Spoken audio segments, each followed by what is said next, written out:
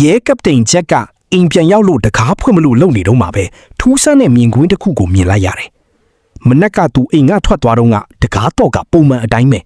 ဒါပေမဲ့အခုတော့ကပြောင်းပြန်လှည့်နေတယ်။တခုခုမှားနေပြီဆိုတာချက်ချင်းသိလိုက်တယ်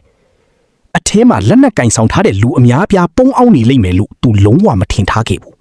။နောက်တစ်ခဏမှာပဲချက်ကအချီနီကိုအကဲခတ်ဖို့အထဲကိုချောင်းကြည့်လိုက်တယ်။သူထင်ထားတယ်လို့ပဲတကားနောက်မှာလူတစ်ယောက်လှုပ်ရှားနေတဲ့အရိပ်ကိုတွေ့လိုက်ရတယ်။ဒီရုပ်တရက်ရောက်လာတဲ့အန်ဒီယေကိုဘလို့ကင်တွယ်ရမလဲလို့သူစဉ်းစားနေတော့မှာပဲကိစ္စကတမျိုးပြောင်းသွားခဲ့တယ်။ရဲကော်မရှင်နာကတခုခုကိုတိုင်တန်းဖို့အတွက်အဲ့ဒီနေရာကိုရုပ်တရက်ရောက်လာခဲ့ပါတယ်။ဘာမှမသိသေးတဲ့ကော်မရှင်နာကအိမ်ထဲဝင်ဖို့လုပ်တဲ့အခါချက်ကသူ့ကိုချက်ချင်းတားလိုက်တယ်